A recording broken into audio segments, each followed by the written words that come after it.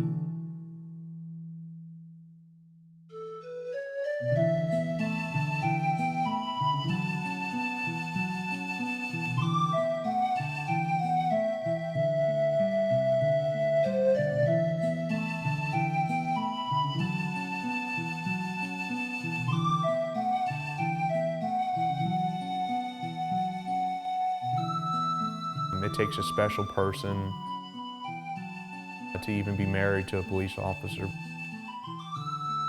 takes a special police officer to know that he has to put food on the table.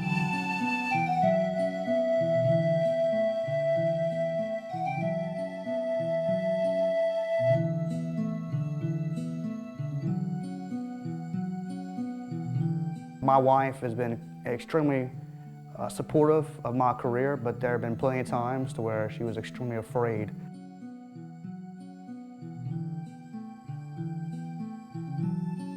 Of whether I was going to come home or not. I think more recently, the times where I questioned my career choice has just been, there are just times where it just feels like as police officers we've been demonized. There are times where when we're making the right decision, the lawful decision, there are certain people that just aren't happy with it.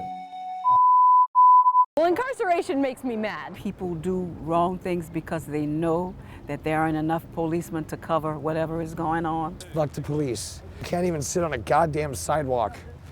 We can't even get water. We get citations over stupid shit because we're sleeping. So many innocent people put into the jailing system without barely any sort of trial. I did nothing wrong for my charges. They get out of jail.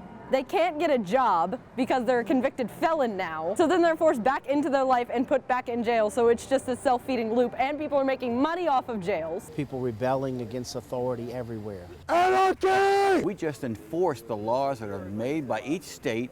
So there's already prior violence. So they're put into the incarceration system Other areas where probably we because cannot of get lack of education or they're in a bad area. Police officers have been kind of characterized that we're there to do wrong, we're there to do harm to people, and out of 99% of the police officers I've met in my entire 16-year career, that is the farthest thing from the truth. My name is Captain Stephan Bergeron. I'm employed with the Terrebonne Parish Sheriff's Office. My job assignments currently I'm assigned as the Assistant Warden at the Terrebonne Parish Criminal Justice Complex. I am also assigned as the Assistant SWAT Commander. I've been on the SWAT team for a little over 10 years now.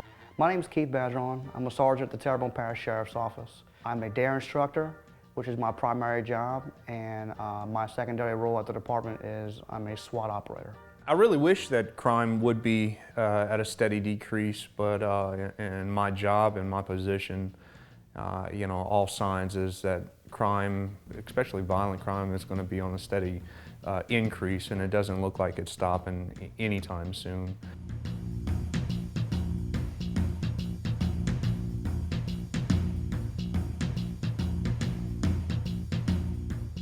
We're getting everything from heroin to crystal meth.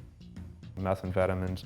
That's on a steady increase, and then when you see stuff like that, especially involving around drugs, your other crimes are going to go also increase from everything from burglaries to thefts to your violent crimes as far as murder, as far as home invasions. That's on a steady increase. And then what most police officers fear is not only just crimes rising as property crimes, but also violent crimes for law enforcement in general. You can look at the Officer Down Memorial page, and I believe in the last month, within a 2-week period, about 7 to 8 police officers were killed in the line of duty by firearm. I truly believe that crime is on an increase as far as not only property crime, but also violent crime also. You know, some of my fears kind of play with some of the things that attracted me to this line of work, and that was the unpredictability of the work that we do. That's a good thing and it's a bad thing. My biggest fear is that I don't come home. I don't come home to see my kids. I don't get to see them grow older. I don't see my sons graduate. That's my biggest fear, because police officers, they take it for granted that our job is very dangerous, and you just don't know. You're driving down the road, you could be ambushed. Why is a career in law enforcement fulfilling? Law enforcement is not for everybody. It takes a special type of person to be a police officer. You absolutely can protect people who can't protect themselves. You can do things for people that in no other career you can do for them. Law enforcement is one of the most honorable careers that you will ever do. Despite what mainstream media is saying right now, it is one of the most honorable and courageous careers that you can ever be involved in. It is one career that you can truly touch someone's life, you can truly protect them, save people, help people who can't help themselves. But to know that you have the opportunity to make a difference in your community and in the lives of the people in your community.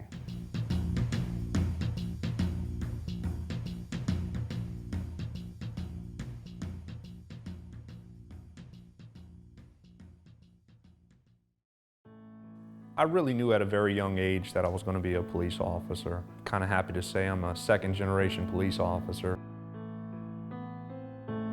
My dad was a police officer.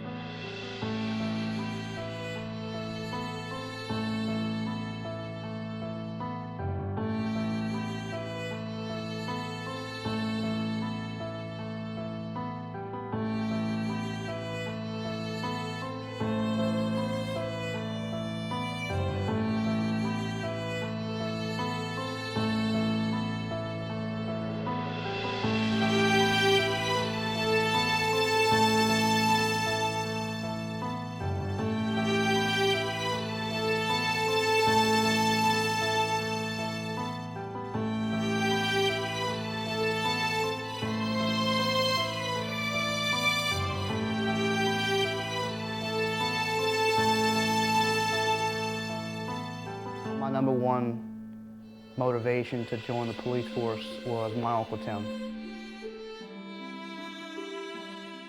He was very liked in our community. He was very respected in the law enforcement community.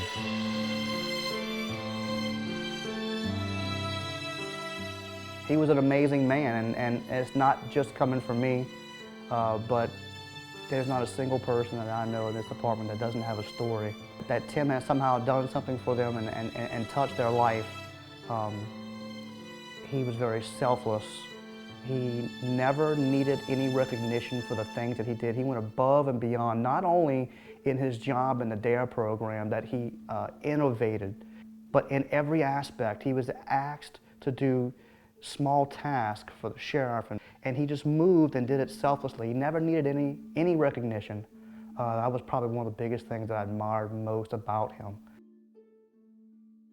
I had almost a front row seat to what it meant to be a police officer. You know, I'm happy to say that my dad was my hero. You know, he was my Superman. He was my Batman.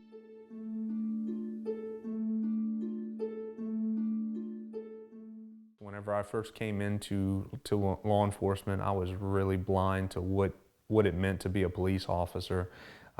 When I got hired, I was 18 years old. I was fresh out of high school. Well, the hiring process, as it can be expected, can be a little extensive, averaging about 2 to 3 months in process.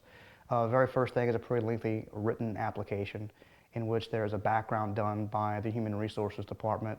The background goes into not only your work, your prior work, contacting them, but also as far as going and contacting your neighbors, seeing what kind of a person you are when you're at home, not just when you're at work. Well, new law enforcement officers are set to pass some type of a physical exam because of our physical nature of our job, and also a mental exam because bottom line is you just don't want to put crazy people on the streets protecting people. You have to have some pretty square-headed, right-mind people enforcing the laws. Always wanted to be a police officer. I always wanted to wear the badge. So whenever I first got hired, you know what, I was already accomplishing everything that I've set out to be because now I'm hired as a police officer. What I was blind to was the responsibility that came with it. You really don't know how much responsibility you have until you're doing this job for a while. So as a rookie police officer, you know, I was pretty blind to that. You don't know how much your actions can affect the community, can affect the department, can affect you or your family until you're there and truly understand this job.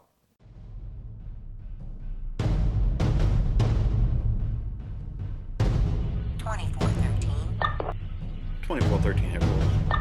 64 in progress, 1313 Ormond Boulevard, Dollar Tree. Suspect is wearing black hoodie, blue jeans, and has a red mask. 2413 Rob.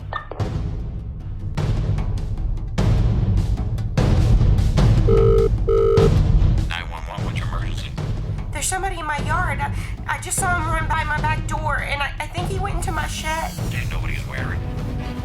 He had on a black hoodie, and his face was all red. It looked like he was wearing a mask or something, but I can see him in my shed. What's your address?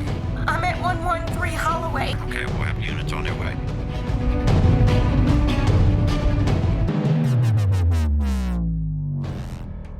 I don't think it was very long in my career before I faced true danger, and I mean the danger that I felt as if I may not be going home.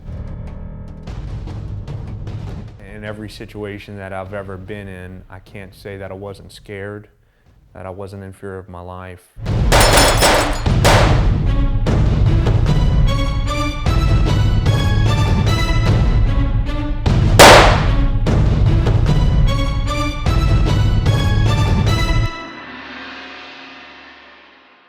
Of course, afterwards, you know, when the adrenaline is going through your body and your legs shaking uncontrollably, and it's that moment in time where you realize what you were facing and how you just came really close to possibly losing your life. What gets you through that situation is training. It's your mindset. It's the doing the extra to make sure that you can handle that situation, the mental preparation that it goes into it, that you go back to your training, the things that you learn in the academy, things that you've learned with a field training officer. You can never let the fear overcome where you pause, because in most instances, police officers only have seconds to make a decision, and those deadly seconds can be very costly if all you're thinking about is the fear. How do we cope with that fear? You have to cope with it, because this job isn't for everybody, and those who can't cope with the stress, those who can't cope with the fear, they weed themselves out very quickly. They dwell on it, and it ends up making them quit. Those of us who are successful at this job, it's because we find a way, a special way, to cope with the stress and to cope with the realization that, you know, you may be going to work that morning and may not be coming home that night. I promise you, every police officer has been scared at some point. What helps us get through that is our ability to adapt to that and not dwell on the fear, but be able to go to what our training is and react to what's in front of us in very short, quick seconds. That's what gets a lot of your police officers through a dangerous situation, is their training and their ability to cope with the fear and not to let it overcome you.